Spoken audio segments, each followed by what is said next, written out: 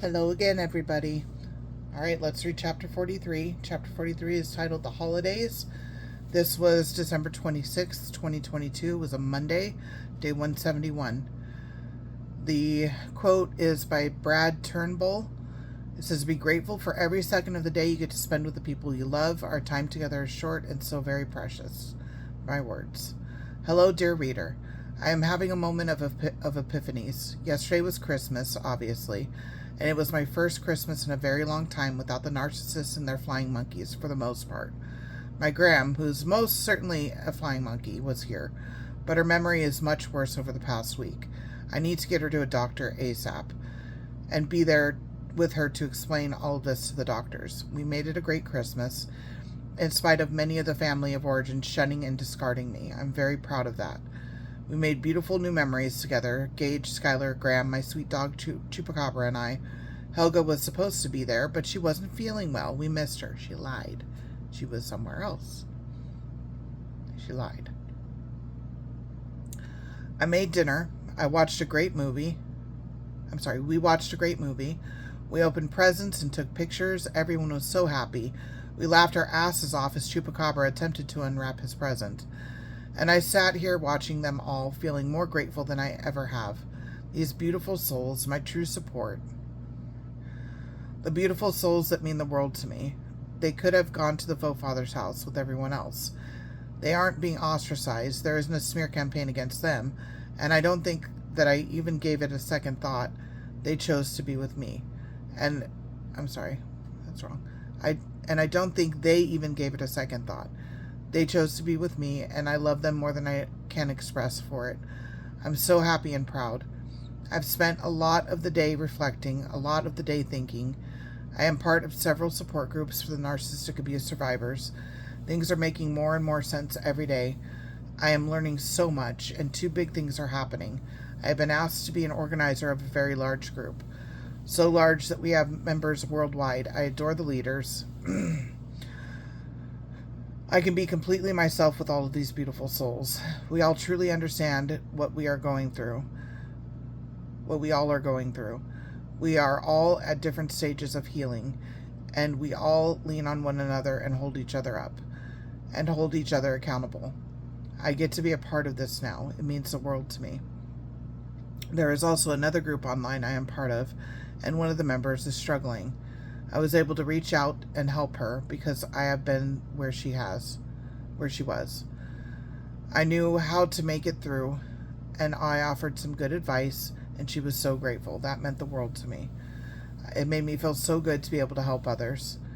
And then more and more members began commenting on what I said, and I told them about my books, and they were excited. They want to read them. They want to know when they are coming out. I think a big hurdle at this point has been my social media absence. I'm not on Twitter. I'm not on several platforms, and I need to be. And I think I need to seriously think about making a YouTube channel, which I have, about narcissism and get myself out there, which I've done. I need people to take me seriously. This is actually a big recommendation from literary agents and publishing houses. I need to build a reputation. Strange thing is, I am actually starting to get my name out there just by attending these meetings and talking. People have been talking about me and my books, and they are going to be so important, and I really do think they will be well received in this community of beautiful survivors. Even Dr. Romney was excited to hear about my books, and I'm actually looking forward to the future. I thought I would have made a book deal by now, but I know the aftermath of the first book coming out may be highly intense. I want to be as close to done with the second book and well into my third book by the time it comes out. There will be new trauma coming from my family. I know that. Who knows what, but there will be drama. And I will need to be very strong at that point. Yes, I am strong now, but I think I need to be a bit further in my healing. A huge percentage of the world's population are narcissistic, and those fuckers are going to hate me. There will be backlash, and I need to be strong enough to say fuck them and mean it. I'm closer than I've ever been, and I just get stronger and stronger every day. I'm so proud of where I am now. You go, badass.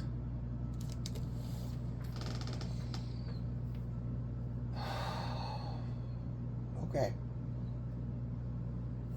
I wasn't expecting to get to chapter 44 today. This is going to be a lot, and I'm going to try to not get emotional, but we'll see.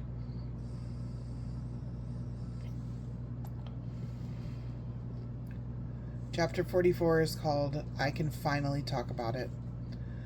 This was January 2nd, 2023. It was a Monday, day 178. The quote is by Rumi.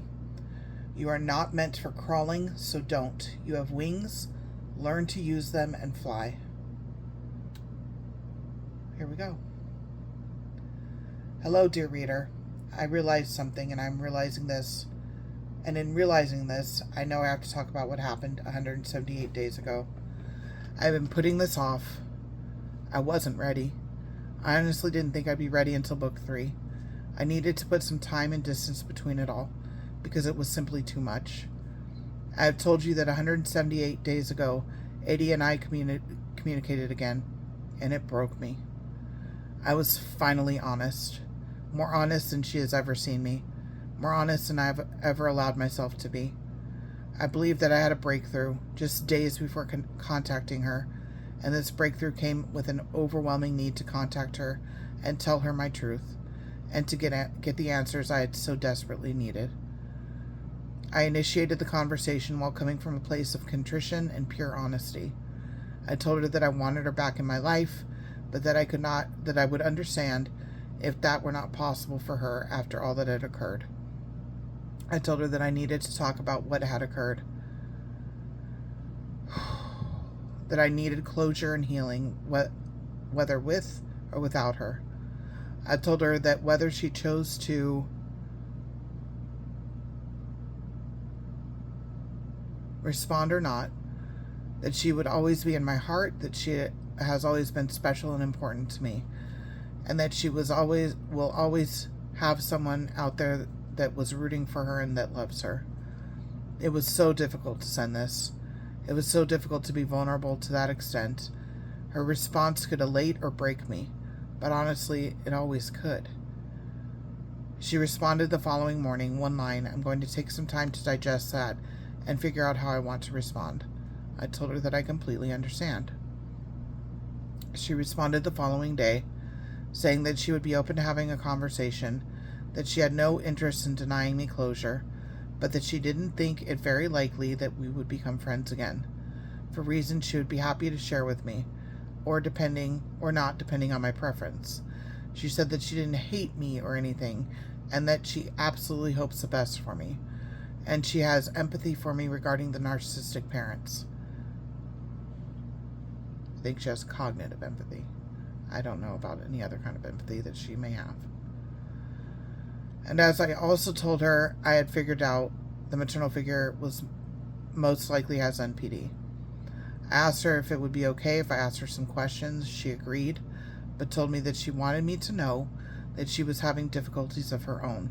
She was having memory problems of sorts. I need to stop here for a minute. What I have yet to talk about is that Eddie and I had reconciled once before, back when we were about 25 or 26 years old. I believe we were able to be friends of sort for several years, but it was never like it had been prior to our falling out. I could tell that she never really trusted me again, and I still had a lot of resentments toward her. A world of hurts that needed to be discussed, but never were. I believe the falling out this time around had to do with her triggering me deeply, and I hate the way I responded. It was New Year's Eve, probably 2010 or 2011, I believe. I was taking Gage to the movies. As it was his birthday, she had called, I think.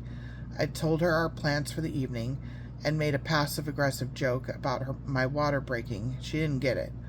I reminded her that Gage was born on New Year's Eve. She responded, telling me with surprise that she didn't know that, and I saw red. Back then, I was having flashbacks constantly. This sent me into a bad one. The faux father and the maternal figure holding my legs, trying so hard to push Gage out. Flashbacks to 4 years old, and the parents looking at and touching my private area.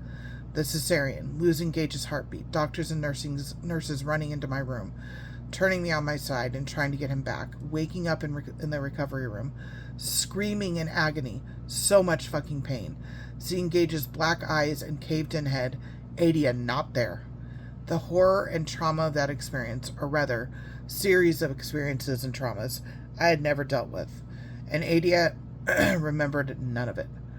To me, she didn't give a damn enough to remember, and she didn't give a damn enough to ensure that she would be there in the first place, and for that, I never had or could never forgive her.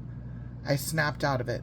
I was back in my truck with Gage in the movie theater parking lot back to New Year's Eve 2010 or 2011. On the phone with Adia, her not remembering his birthday, and I went off on her. Remember, my anger was my go-to. My two coping mechanisms were anger or humor most of the time. I don't remember what I said, but I was very, very obviously upset. Venom once again escaping my mouth, directed straight at Adia. I'm sure she had been waiting for it in some way. We had slowly begun talking about events that had occurred back then, and I had found the strength to be honest to an extent. I had admitted to being in love with her back then, and she said she had known that. I remember sighing and saying, "You knew?" She confirmed that she had known. Remember that, reader.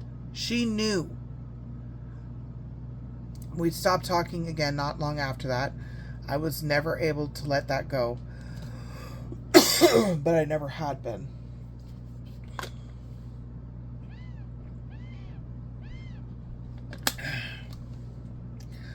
Back to 178 days ago, and the conversation with Adia and I. Adia told me she remembered the last time we were talking, that she remembered that something that upset me before was that she didn't remember an event that was important to me. Referring, of course, to Gage's birth. She told me further it was because of these memory problems, and that she was unsure if it was caused by trauma or it was something worse. And this completely broke my heart. I had no idea. I just thought she was a cold-blooded, heartless bitch, if I'm being honest. Part of me still wants to believe that. It's so much easier to deal with than the reality. I have been watching Graham lose her memories over the last year or so, and it is heartbreaking. To know that Adia has been going through something similar is beyond heartbreaking to me. And I wonder if us drinking, amongst other things, when we were young, led to what is going on with her memory. And I have been wrestling with guilt and shame regarding this for 178 days now. I know she is her own person. She makes her own decision. She made her own decisions back then. I couldn't control them. I couldn't fix the problems which led to those substances. But I did do these things alongside her, because I couldn't handle my own traumas and demons. We were both suffering greatly. We both were making horrible decisions.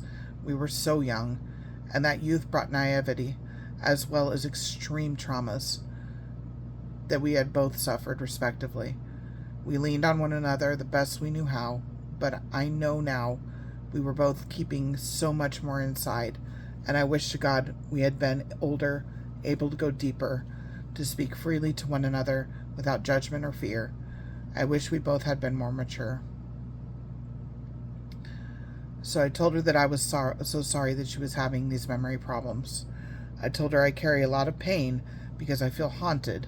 In a way, I envy you. I remember everything too much. It's all just jumbled. That's why the trauma timeline has been so imperative for me. It's creating a narrative that I can better understand.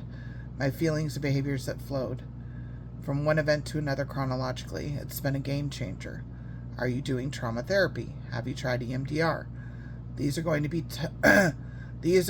be tough because I'm going to start with the biggest, because apparently I am a masochist. Sorry, bad joke. Did you ever really love me? Was I just an experiment to you? She responded by telling me that yes, she had loved me, but as a friend. We were friends before she ever considered doing anything sexual with me, if that's what I meant by experiment. Friends. Yes, we had been friends for quite some time. We were exceptionally close friends. But to me, that all changed long before things became sexual. But not for her, and that shattered me. She referred to us fooling around, and that it felt to her that I had treated her like we were in a romantic relationship and she didn't like that. Mind you, she never told me this back then. I had no idea this was how she felt. I wish we both had been able to be honest back then. It would have helped save so much pain for us both. But to be fair, I was not fully speaking my truth either, so I am to blame in that regard. It's a lot for me to reconcile. I was hurt, exceptionally hurt. I don't fool around with friends. Fool around. It confuses relationships. I think I didn't understand back then that there were people that do have friends with benefits. I can't do that. Not with friends. Definitely not with close friends. And she knew I was gay. I made that clear. So to me, I think I felt like she would understand this, but I don't think she did. And again, I didn't ever voice it. I wish I could have. It was always romantic for me. It was never just fooling around. I responded, Adia, you were my best friend. I felt closer to you than I have ever felt to anyone. Yes, I wanted more. And it hurts to hear you call the times I was vulnerable with you fooling around. I was more real with you than I could ever be with anyone, and I thought it was the same for you to a point. I need to stop here for a moment and acknowledge something. I was closer to her than I ever thought I could be to anyone. I'm not sure I believe that anymore. I'm starting to see that there is much more to me, and the more vulnerable I have been with certain others, the more they feel comfortable being vulnerable with me. I am forming strong connections with others again, as Helga especially comes to mind, and Devlin. And my good friend Viv. Which again shows me I'm growing so damn much since I began my books. Which again is exciting because I see the progress. I continued. I've carried around something Warren said to me all this time. He said that he had talked to you about me. You had told him I loved Jaren, and if she were a man, I'd marry her. It fucked me up. It made me feel like there was something inherently wrong with me, like I wasn't good enough. Pattern. Like I was defective, like there was nothing I could do to change it. Nothing. So I need to know, what was it?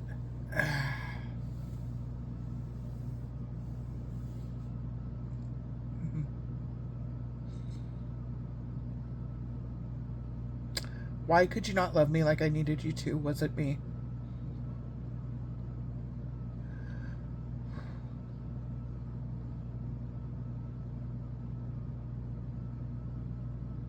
One sec.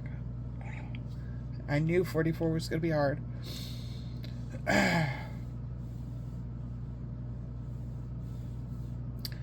And then I need to bring up Kaneki.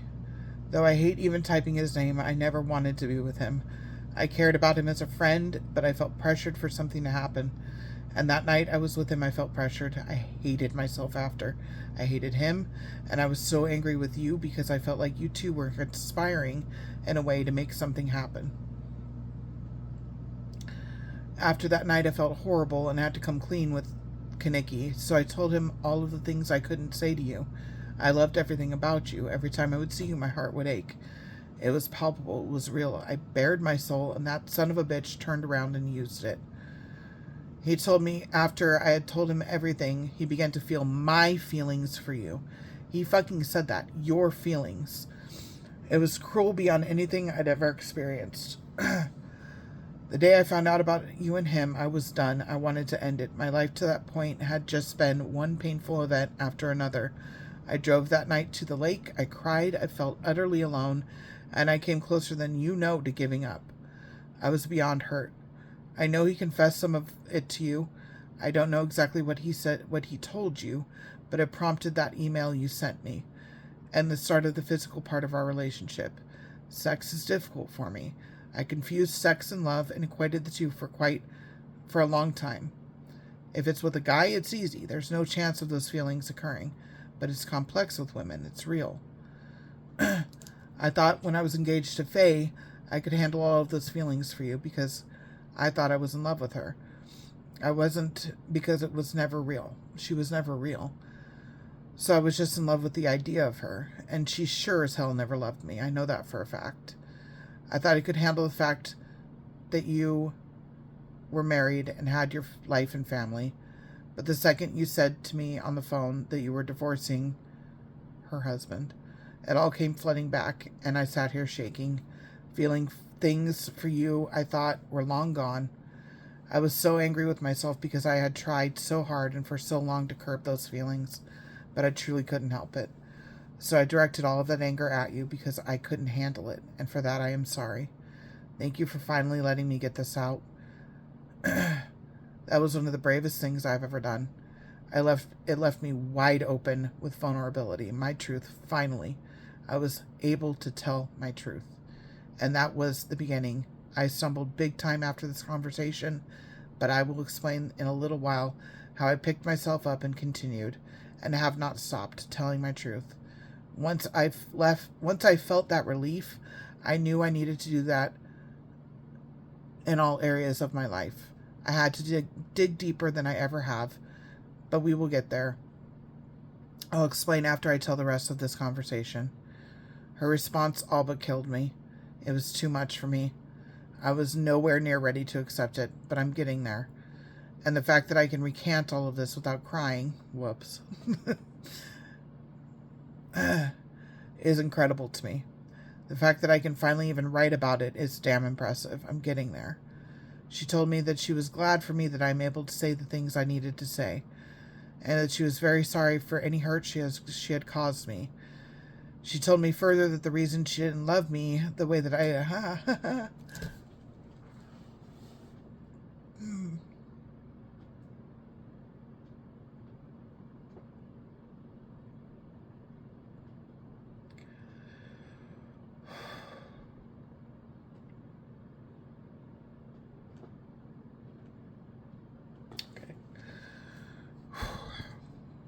She didn't love me the way I loved her, was that it was simply that she wasn't gay, and that it's not me and it wasn't me. Shit. That part is still hitting me hard, damn it. Yep, here come the tears. Shit, I need a minute. Yeah.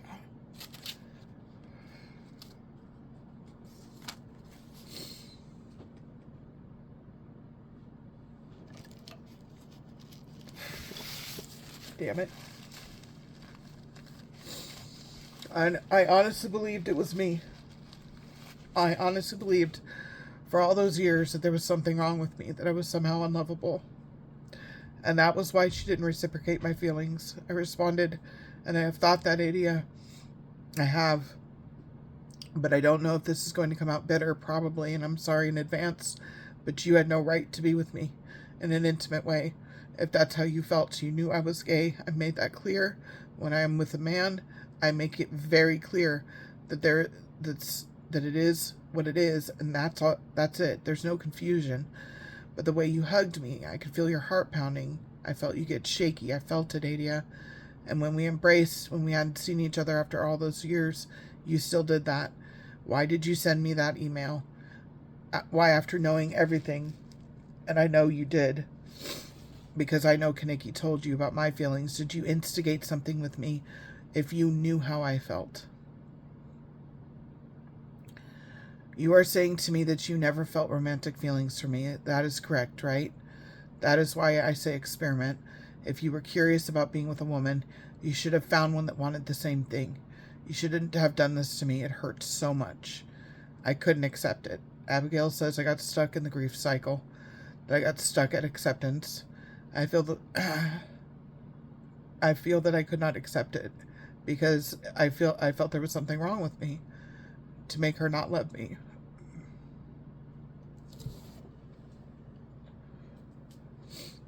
I hate chapter 44. Oh, this is hard. Okay.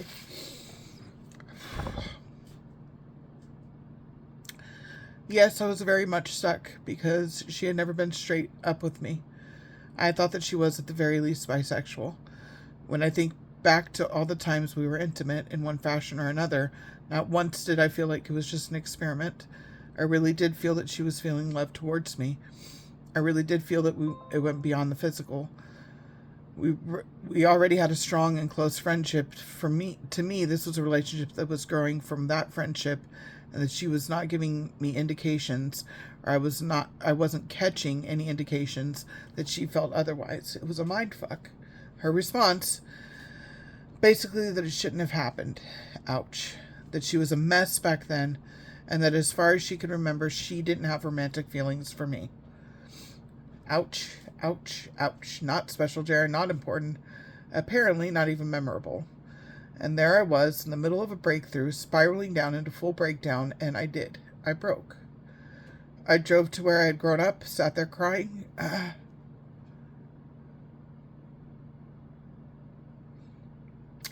Just as I had at the lake all those years ago, willing the pain to stop, desperate for it to stop. Too much. It was way too much. I found that staple. I made myself bleed. I had a pair of scissors in the glove box. I put them on the passenger seat. I made a plan. I was ready. Literally moments away from it. And then something made me stop. Thoughts of my loved ones, what this would do to them, and this overwhelming nagging voice in the back of my mind, "You're not done, Jaren." I remember yelling, "Then help me fucking heal." No answer. Fine. I wouldn't need the scissors then. Go home, Jaren. So I did. Not before getting copious amounts of wine on the way home. I needed liquid courage again. I came home, broke down, started drinking, and then I started writing. The writing that night was horrific. Fire and venom. Honestly, I can't go back and read it. I came close to ending my life again that night. Very close. Down to mere minutes. And I felt something on my arm. I swear it felt like a hand on my left arm. It wasn't scary. It was comforting. I believe it was my dad. I felt his energy. Not just his, though. I felt Angela's presence and the presence of many others. I swear I was not alone. And this sense of peace came over me. Go to bed, Jaren. Sleep. If you still feel this way in the morning, you can go ahead with it. You don't have to do this now. Go to sleep, sober up, and see what the morning brings. So I did. And when I woke up, my son was awake. He hugged me, and I melted.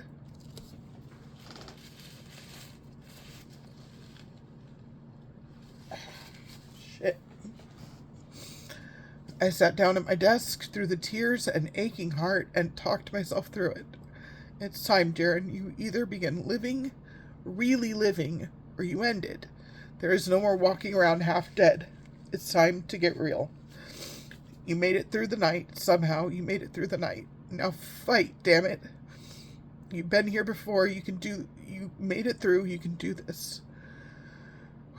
But this time you must somehow find true healing. There must be a reason you are still here. It's time to heal. It's time.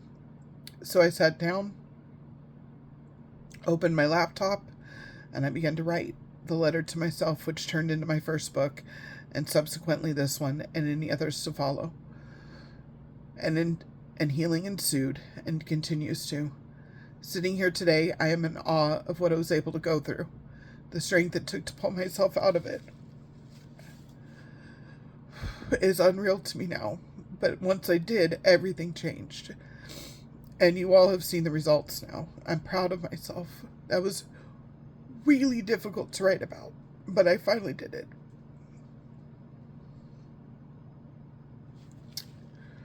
I was finally able to.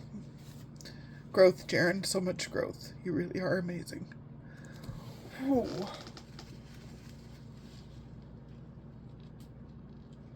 I did it.